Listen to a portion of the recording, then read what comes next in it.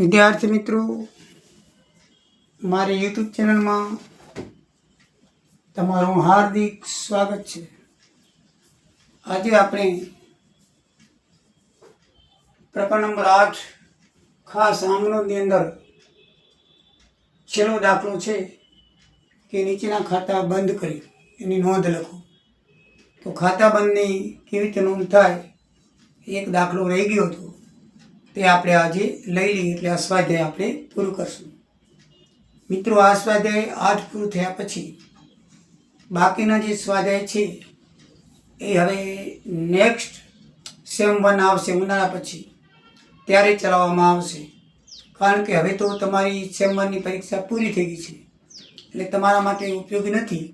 એટલે દિવાળી પછી સેમ 2નો અભ્યાસક્રમ ચલાવવામાં આવશે એકાઉન્ટમાં અને આંકડાશાસ્ત્રની અંદર। તો મિત્રો, તમે દિવાળી પછી મારા વિડીયો જોઈ લેજો। સેમ 2 માટે હશે। સેમ 1 હવે નવા વિદ્યાર્થીઓ માટે સેમ 1 આવશે ત્યારે આપણે ચાલુ રહેશે। તો હવે દિવાળી પછી તરત જ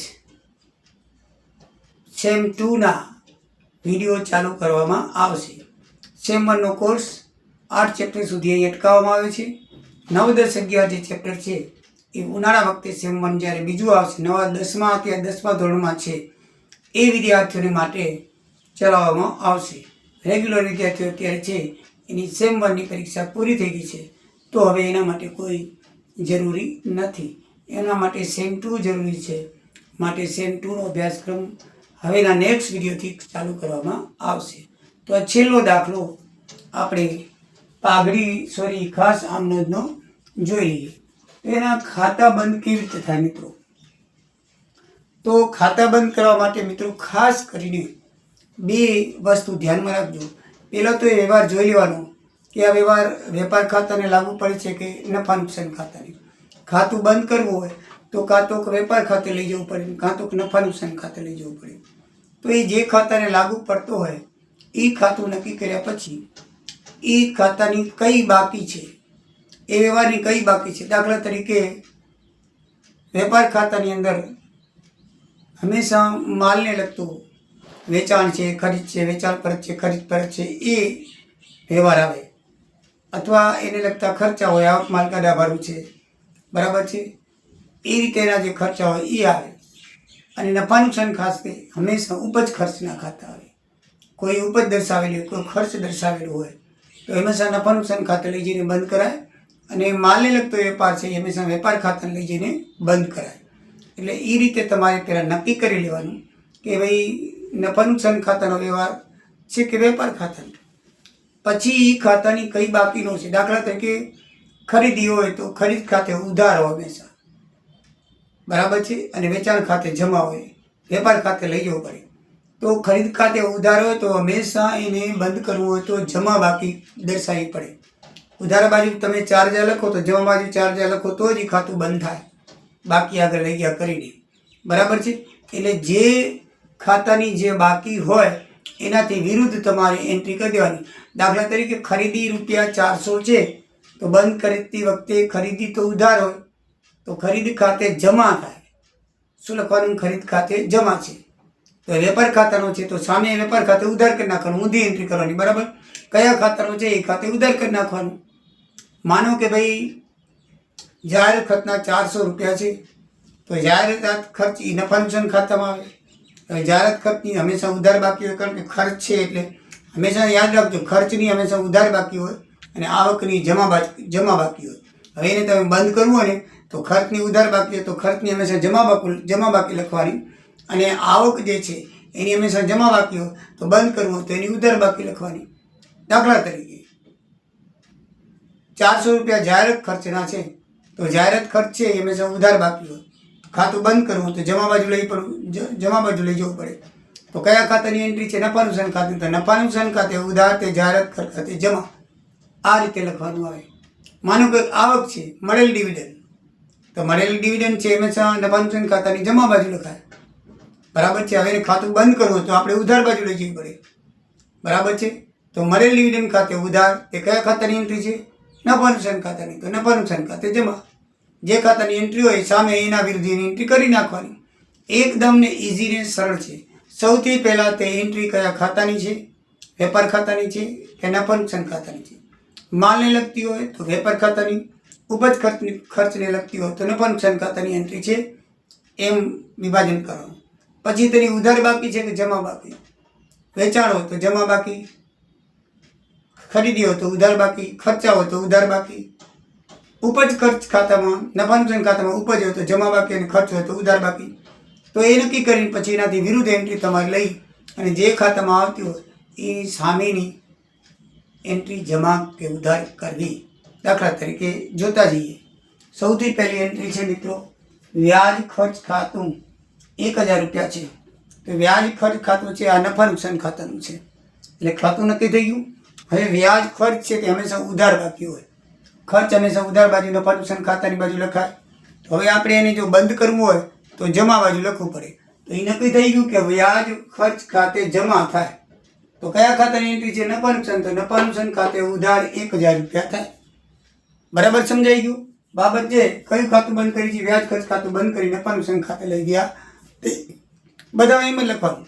જે ખાતું દીધું હોય એ ખાતું બંધ કરીને નફા નુકસાન ખાતે લઈ ગયા તો નફા નુકસાન ખાતે લઈ ગયા તે, અને વેપાર ખાતે લઈ ગયા તો વેપાર ખાતે લઈ ગયા તે. બાબત જે લખવામાં પણ ઇઝી છે, એકદમ ઇઝી ને સરળ. બીજી એન્ટ્રી છે વેચાણ પરત ખાતું, રૂપિયા 15000. વેચાણ છે એટલે કયા ખાતાનું છે? વેપાર ખાતાનું નક્કી થઈ ગયું. વેચાણ જમા હોય, આપણે હંમેશા જાણીએ છીએ વેચાણ જમા બાજુ તો પરત હંમેશા ઉધાર આવે. તો વેચાણ પરત ખાતું હંમેશા ઉધાર હોય.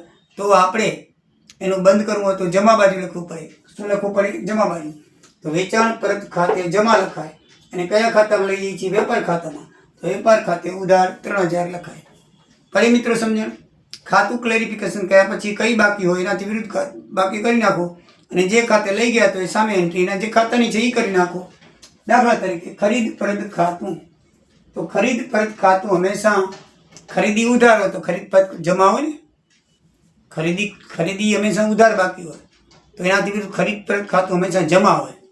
તો ખરીદ પરત ખાતું હંમેશા જમા હોય તો એને બંધ કરવું હોય તો ઉધારમાં લઈ જવું પડે. એટલે ખરીદ પરત ખાતે ઉધાર કયા ખાતાની એન્ટ્રી છે? નફા નુકસાન ખાતાની. તો નફા નુકસાન ખાતે જમા.